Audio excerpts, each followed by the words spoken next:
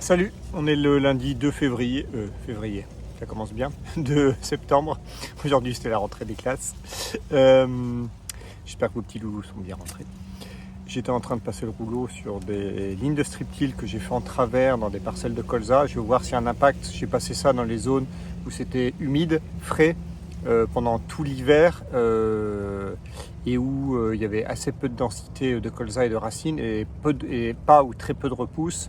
Donc je veux voir si j'avais une perte de structure dans ces zones-là. Donc j'ai fait des bandes avec strip-till rouleau et d'autres non.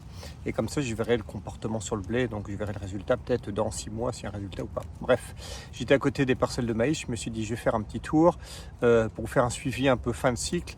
Là vous le voyez, les maïs arrivent vraiment en bout de cycle ici. Vous l'entendez au bruit des feuilles comme ça. Quand ça fait ce bruit là, c'est dire qu'il va falloir commencer à changer le contrebattant de la batteuse et préparer le cueilleur parce que c'est en train de sécher assez vite. Pour rappel, ce sont des indices 350 semés mi-avril. Le début de cycle était assez humide, le maïs est pris 220, 250 mm entre semis et la levée. Je vais faire différentes prises de vue. Je ne sais pas si vous vous rappelez, il y avait 2 parcelles différentes. Il y avait celle où je suis à l'instant, où c'est la seule parcelle de blé que je n'avais pas conservée. À la place, j'ai préféré semer du maïs. Donc il y a une partie en direct et une partie en strip-till. La partie directe n'est pas très grande dans celle-là. Le but était de faire des observations. Et dans l'autre parcelle où c'est l'inverse, où c'était prévu dès le début en maïs avec un double couvert, tout le centre est en semi-direct et le tour de la parcelle en strip-till. Donc je vais faire quelques prises de vue dans les différentes parcelles. Aujourd'hui, demain, après-demain, on verra. Puis je ferai la compile de tout ça comme d'hab. Voilà. Donc là, je vais essayer avec le soleil. Ici, on est sur la modalité, on est sur la zone de semi-direct. Je vais me tourner pour le soleil. Voilà. Alors, vous voyez, on a toujours, c'est resté relativement propre, des herbages assez limités, un peu de Penguy et de Spectrum DMTA au semis, et j'ai dû faire un rattrapage avec une toute petite dose de Casper et de Mésotrione, je crois, de mémoire, parce qu'il y avait pas le xanthium, il y avait la lampourde épineuse, voilà. L'autre lampourde. Quasiment tous les rangs sont comme ça, c'est très propre pour le coup. On voit que la structure, on voit qu'en surface, c'est pas, ça reste, on a un aspect qui me plaît, ça pas, petit strip-till, c'est un peu plus lavé, on voit surtout la zone ici. Vous le voyez, les maïs commencent à être bien secs. Pour rappel, on a des réserves utiles assez faibles. Alors il y a des variations entre le bas de la parcelle, on a peut-être 60-70 mm peut-être de réserve utile. Et en haut, on est plutôt, la zone où je suis, on est plutôt sur du 40-50. Donc là, les potentiels en maïs sont vraiment faibles. Et je vais parler de potentiel en maïs ici. Donc c'est pour ça que je cherche à travailler une technique économique. Parce qu'en gros, les rendements, on peut espérer de 40 à 70 quintaux. À peu près, alors à 40 on est d'accord, on ne gagne pas d'argent. J'ai fait mes ratios financiers, calculs par rapport à du tournesol. En moyenne ici on fait 21 quintaux en moyenne en tournesol. C'est le potentiel du secteur, c'est pas lié à la conduite du paysan, même des tournesols très propres et réguliers, réussis. Il y a des années on peut descendre à 14-15 quintaux s'il n'y a pas d'eau, et on peut monter jusqu'à 25-26 si on en a. Donc voilà, ça finit une moyenne autour de 21. Pour faire l'équivalent de 21 quintaux économiquement en tournesol, il faut que je fasse 52 en maïs avec cette itinéraire éco de cette année. Sachant que je pense que je peux l'améliorer sur la partie fertile encore, coût et placement fertile, en travaillant aussi le couvert avant. Et des herbages, je pense que je peux réduire le coût pour arriver à tomber sous la barrière des 50 quintaux maïs. Pour être équivalent à un tournesol à 20 quintaux, quoi. Sachant que l'itinéraire technique est assez différent. L'avantage du maïs, c'était la rotation des matières actives, le moins de surveillance pour les oiseaux aussi, et limaces, et faire changer aussi avec dans le tournesol le désherbage sur l'ambroisie qui peut commencer. Ça fait 8 ans que je tape assez fort avec ça. Je voudrais commencer à changer parce qu'avec c'est la même famille qu'on utilise dans les céréales, donc 3 années sur 4 les mêmes matières. Peut-être que l'ambroisie au bout d'un moment elle va s'habituer et là je serai embêté. Je vous avais ouvert quelques épis, je vais essayer de les retrouver. Donc en épi, c'est comme ça. Alors je suis pas du tout un pro maïs à compter le nombre de rangs, le nombre de grains, estimer le potentiel. J'ai fait ça à la grosse louche la semaine dernière. J'ai pris quelques épis à gauche à droite.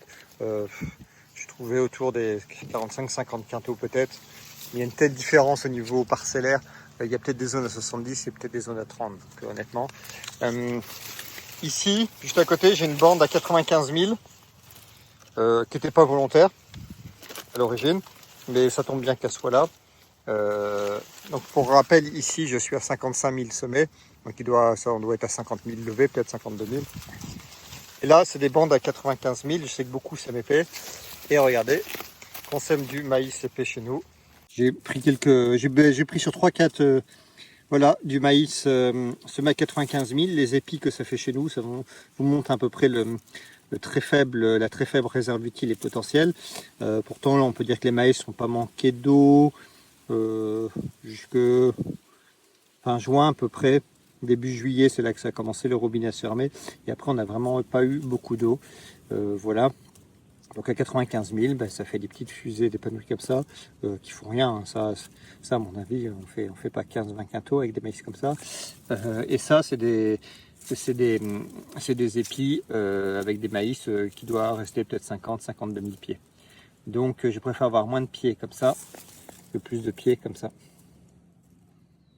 Pas faire trop d'autres prises de vue dans cette parcelle, c'est compliqué que je trouve d'arriver à montrer en fin de cycle du maïs, mis à part monter les épis. De toute façon, c'est la carte de la batteuse qui va parler à la fin. Là, je suis sur une modalité strip till, vous voyez, ça reste comme très propre.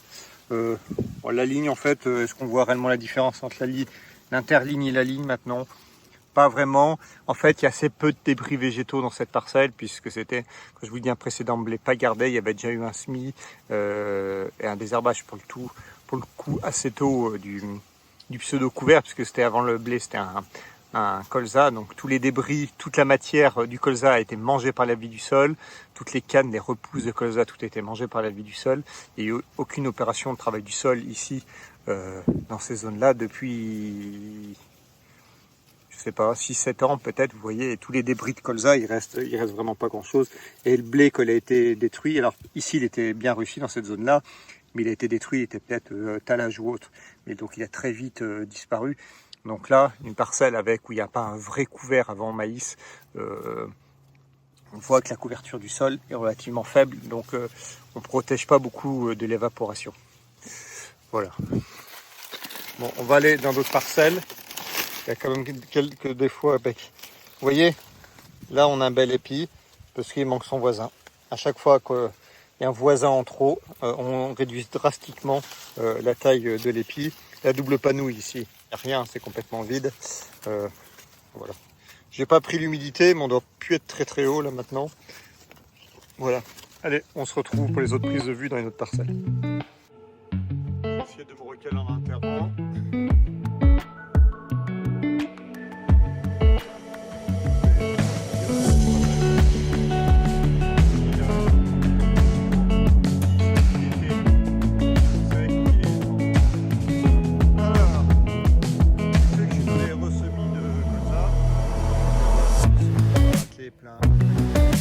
Ça, c'est une parcelle qui était prévue à l'origine.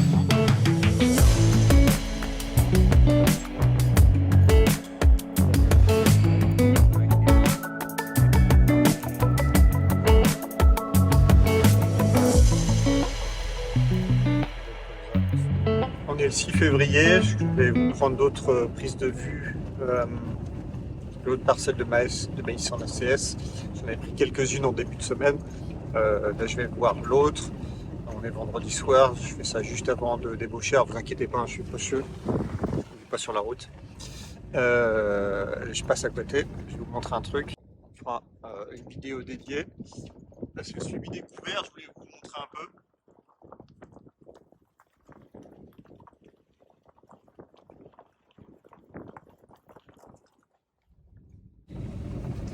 Ils sont vraiment pas mal.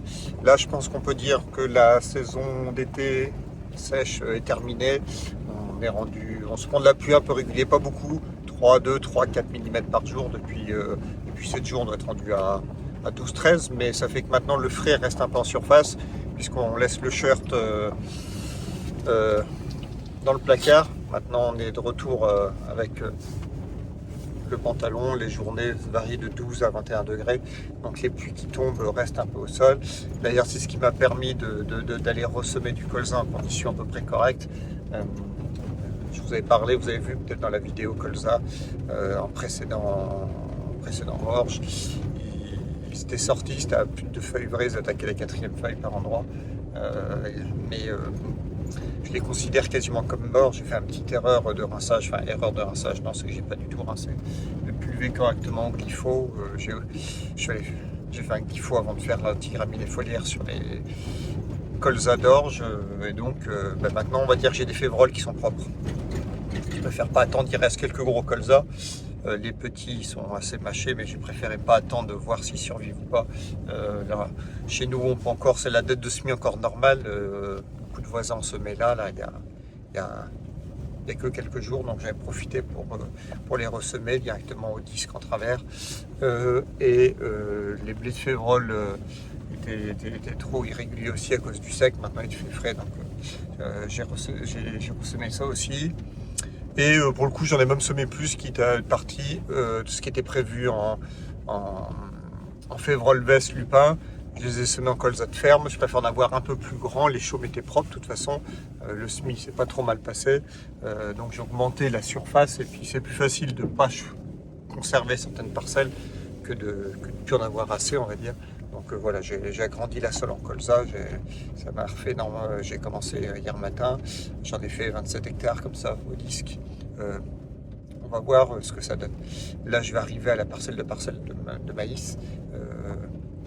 À mon avis, en haut, je vais te protéger. Je vais me mouiller un peu pour vous, là, pour faire la prise de vue de ce vendredi soir, faire le montage pour que ça soit dispo pour ce week-end. Parce que souvent, vous regardez surtout les vidéos le week-end. Donc, je me débrouille pour que ça soit fait avant le dimanche midi. Voilà, allez, on arrive à la parcelle.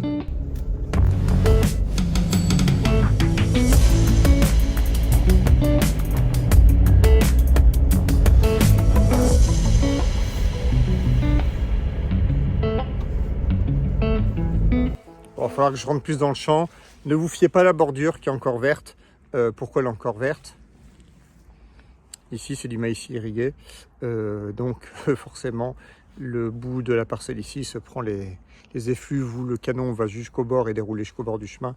Donc, ça fait que la bordure est irriguée là. On verra d'ailleurs l'impact avec le capteur de rendement, ce que donne le maïs basse densité irrigué d'ailleurs. Donc, ça fait que c'est une parcelle où il y a beaucoup de modalités. Pour rappel, tout le centre en semi-direct avec deux variétés différentes, du P9300 et le décal, je ne me rappelle jamais des numéros, j'ai peut-être 45-75, mais je ne suis même pas sûr que ça existe et que c'est ça. Et tout le tour est en semi-direct. Et le bas, complètement le bas, je ne sais pas si vous vous rappelez cette parcelle qui était pleine d'eau, j'avais quand même un petit étang pendant tout l'hiver, on n'avait jamais vu autant d'eau ici. Donc l'eau s'est retirée quand le maïs était déjà plusieurs feuilles dans le reste de la parcelle. Donc pour une question de simplicité, on a le vibro qui était sorti pour la partie bio. Alors ça représente 20 ou 30 arts, mais pour le coup il y a eu du TCS de passage de vibro semi avec pour le coup une date en décalé. Donc on verra, ça fait beaucoup de modalités différentes dans la même parcelle. On verra la carte de rendement, ce que ça donne. Bon, je rentre dans la parcelle et je vais me mouiller un peu.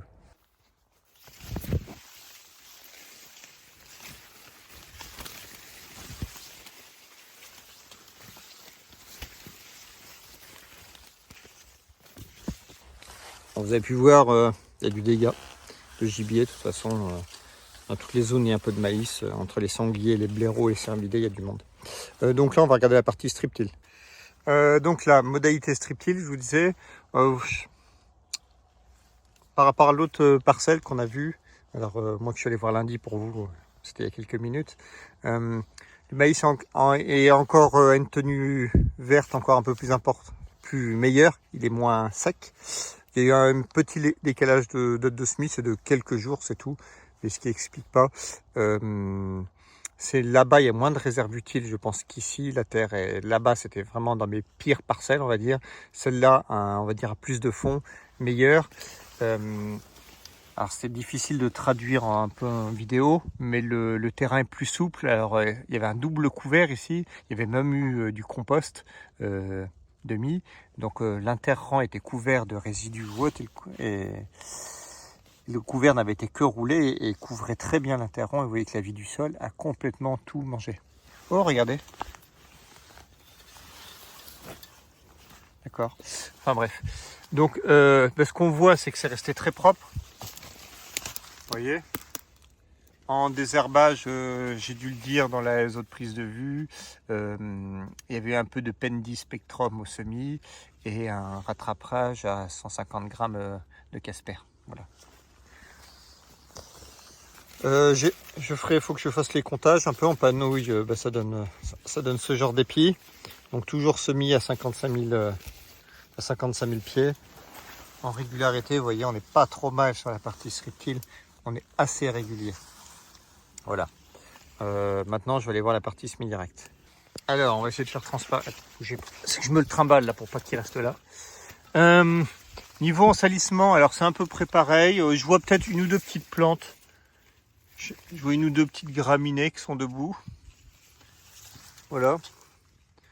Est-ce que le racinaire a été un peu moins bon de par les résidus, mais normalement il y a la même quantité de résidus il y avait entre la partie semi-direct et striptile au centre. Ce que je vois, c'est qu'il y a quand même plus de résidus ici.